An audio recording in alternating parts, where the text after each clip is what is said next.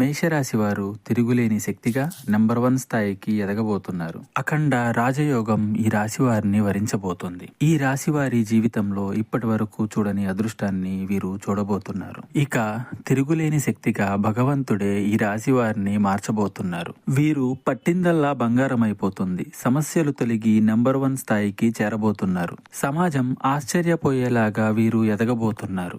వీరికి కావలసినవన్నీ కొనుక్కునే స్థాయికి రాబోతున్నారు.